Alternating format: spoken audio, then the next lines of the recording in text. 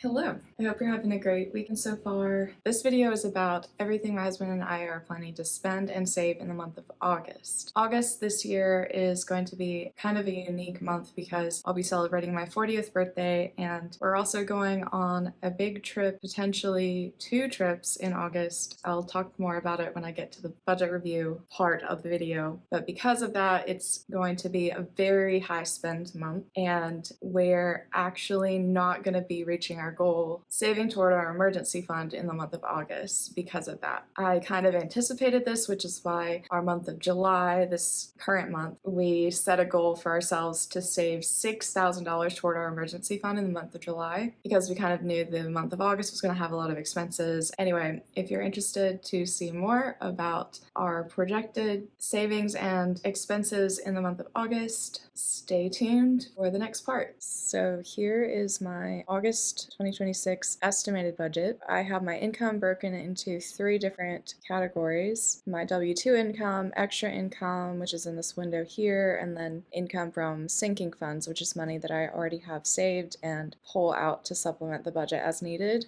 So in the month of August, I'm planning to bring in $6,000 from W-2 income. This is from my full-time job and my part-time job. This is a decrease from normal. Recently, I've been bringing in about $7K with W-2 income, but that is working extra shifts with my part-time job and then extra hours with my full-time job. And because my husband and I are going to be traveling for a pretty big chunk of the month of August, so I won't be able to work any extra hours at work, and then I'm not going to be able to bring in any income during this time with my part-time job because I don't get PTO because I am part-time with them. So anyway, that just can't be helped in the month of August, and I'm going to try to make it up in other categories, but it's also going to be a really expensive month, so we'll get to all that in a minute. So moving on to extra income, I have this updating here, but if you look over at this box, Cash Apps, I'm expecting to get about $10. This is maybe an optimistic sort of estimation. Next, Facebook Marketplace. I think a conservative number for Facebook Marketplace is about $50. I do have a lot of stuff listed on Facebook Marketplace. However, I can't really predict when people are going to buy stuff, and I don't want to have to count on that. So keeping it conservative here with $50. Next, credit card points, $75. This is also a little bit optimistic, but fingers crossed. Moving on to high yield savings interest, estimating about $80. And this is because our emergency fund is building up. So because of that, the high yield savings account interest is also getting higher. However, the high yield savings account interest rate could drop, and obviously that's out of my control, so I wanted to keep it a little bit conservative. Next is yard sale, $150. I'm hoping we can make more than $150. My sister-in-law agreed to let me use her yard to have a yard sale in the month of August, so I'm going to very aggressively declutter my stuff and post almost all of that at the yard sale, and I'm hoping to make a little more than $150, but I'm also not guaranteed that, so I'm trying to cap that at $150. One big upside to this is we're going to be decluttering our house, so a lot of stuff is going to be out of my life, and that's going to be worth it. The next item is gym reimbursement, and I'm expecting $300 from this. This is actually through my medical insurance. I have Blue Cross Blue Shield. My particular medical insurance plan is reimbursing up to $300 of a gym membership, so I'm going to submit a receipt with at least $300 of gym payments that I've made, and then hopefully they'll refund me $300. Okay, so the total of extra income is $665, which is a bit lower than normal, and my W-2 income is a bit lower than normal, so yeah, we're getting hit with a lot of anomalies in this month. One way that we may be able to make extra income in the month of August is reimbursements by friends and family, since we still have quite a bit of money that friends and family are going to pay us back. However, that's unpredictable, and I didn't want to count on it. As of right now, I'm not planning to get any reimbursements from family and friends in the month of August, so I just left that category out. Next category is sinking fund, and as I mentioned earlier, this is money that we've already saved, maybe from other years. However, this money was saved up to kind of supplement our budget at certain times of the year when expenses are higher. So anyway, I'm going to talk more about this later, but as of now, the amount of money we're taking out of our sinking fund in the month of August is $405.21.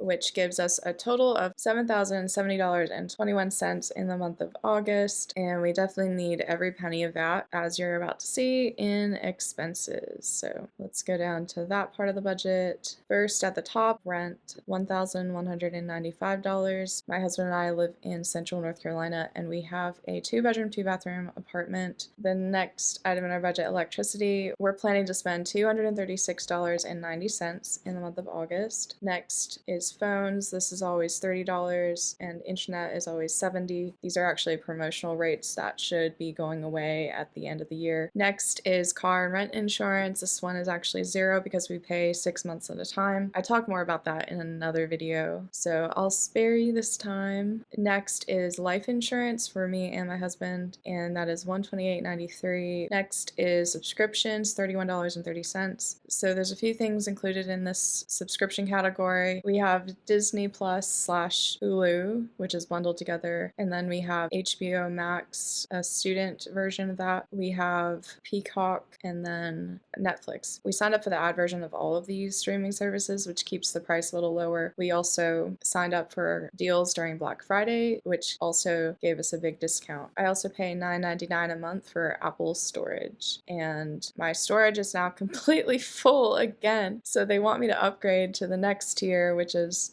$29.99 a month, and I'm not gonna pay that. Right now, I'm having a hard time filming videos or anything on my phone because the storage is maxed out. So what I'm gonna do is move some stuff onto my hard drive and see if that gives me a little more space to do videos. But yeah, $9.99 a month for Apple storage. Next is $55 for the gym. That's always the same every month. $46.80 for my husband's haircut. $200 for gas for our car. This is our typical amount, even though we're going to be on vacation for a good amount of time in August, because my husband was also planning to attend his brother's bachelor party in the month of August, and he's going to be driving there with some other people, so I'm sure he's going to be paying them back for gas. So I didn't want to decrease it this month because of that. Next is groceries, and I put $500 for groceries. We normally spend about $900 a month for groceries, sometimes a little lower, sometimes a little higher, but because we're traveling a lot, we probably aren't going to be cooking our own food, so I cut this down. Next is supplements, $40, and then pharmacy, medical, I put $300 here because there is a procedure I'm potentially going to have in the month of August with some out-of-pocket costs and medications that I need for that. My husband and I have a high deductible health plan, which is why this category goes kind of crazy sometimes. But yeah, hopefully not spending this much in the month of August, but I wanted to be prepared. Next, eating out, $300 in the month of August. It is my birthday, so we're very likely going to be eating out, and also we're traveling quite a bit. So my husband, as I mentioned, is going to a bachelor party in another state to celebrate his brother's wedding, and then we may do a spontaneous trip for my birthday. We haven't decided yet. So yeah, just trying to be prepared in this category because there's a lot going on in the month of August. Next, entertainment, I put 100 in this category. We may not spend this much, but we spent about that for my husband's birthday, so I just wanted to be prepared. Next, personal spending. For me, I've been doing a no buy challenge for the past 6 months, and in the month of August, since I'm turning 40 this year, I'm giving myself $50 to spend for fun money in my birthday month. I know that's not a lot, but our financial goals are really important to me, and I'm willing to sacrifice a little bit in this category this year in order to set ourselves up in the future. And then maybe if we start saving now for my 50th birthday, we could potentially have a bigger celebration then. Next is my husband's personal spending category, $100. He's spending a little bit less in the month because he's going to be out of town and traveling a lot, so he put that down to 100. Next is household. I put $0 here, which makes me a little bit nervous because we overspent in this category this month. However, I racked my brain. I couldn't think of anything that we needed in this category in the month of August, so I don't know. I'm sure something could come up, but as of now, I can't think of anything. Next category, gifts. I put this at $380 because that's about what we spent in the month of June, which was my husband's birthday month. I really have no idea what we're going to be spending this on though, so other than getting some things for our nieces and nephews, or if my husband wants to buy a birthday present for me, I put this money here just in case, but I'll also be surprised if we hit this. Hopefully we'll come in way below this number. Oh, another reason why I wanted to keep this a little higher is because our average in our gifts category over the past 3 months has been pretty high. I want to stay in the 400s. So yeah, just being conservative here. Next is travel, and this is a big number. $1,550. And actually, this is being conservative again. Hopefully, we will not need to use all this money, but we are taking almost a 2-week trip with my husband's family in the month of August. And as of now, a lot of those expenses are being covered, but we're going to be traveling to a few different states, and I wanted to be prepared. Also, my husband is attending a bachelor party for his brother, and someone else is planning the bachelor party. As of now, I have no idea what those expenses are going to be looking like. My husband's brother's friends and coworkers are the ones that are planning this bachelor party, and as far as I can tell, they make good money. And the budget for this bachelor party is very high, and I'm actually a little worried about it. So I wanted to make sure that we had enough in this category, but I also sat down with my husband to talk about this, and he's really going to try his best to keep spending during this bachelor party under control. I think everyone going on this trip is pretty well off, and they're just blowing a lot of money to have fun, and not that there's anything wrong with that, but we just were not prepared financially for this trip. My husband's bachelor party was literally a bunch of guys sitting in a backyard grilling steaks, and I think they went and played arcade games somewhere and like maybe had some drinks out at a bar. Like, it was not this extravagant. But yeah, I'm gonna talk more about that in my July video because we've already started paying for some things that are trickling in for this trip. So anyway, let's keep going. Fines slash fees. I put $0 in this category because I'm not anticipating anything. Next is car repair, and we are anticipating something in this category. So $250. This is to replace a couple tires on our car. However, based on my research, it looks like if you're only going to change 2 tires, the car shop will not change the front 2 tires of your car. They will only change the back 2 tires, which on our car are still in really good condition. So if we're going to replace the front 2 tires, we're going to need to buy 4 new tires to replace all the tires on the car. And I did some price comparisons. I went to Costco as well as other discount tire shops in the area, and it's looking like it's going to be around $800 to $900 to change the tires for the type of car that my husband and I have. We could potentially get it slightly cheaper, but there's also the installation charge. Yeah, so this $250 is more like a sinking fund at this point because we're gonna need to build that up a lot in order to afford 4 new tires. Also, my sister works with cars a lot, and she recommended that we go all out and purchase brand new Michelin brand tires because the guarantees on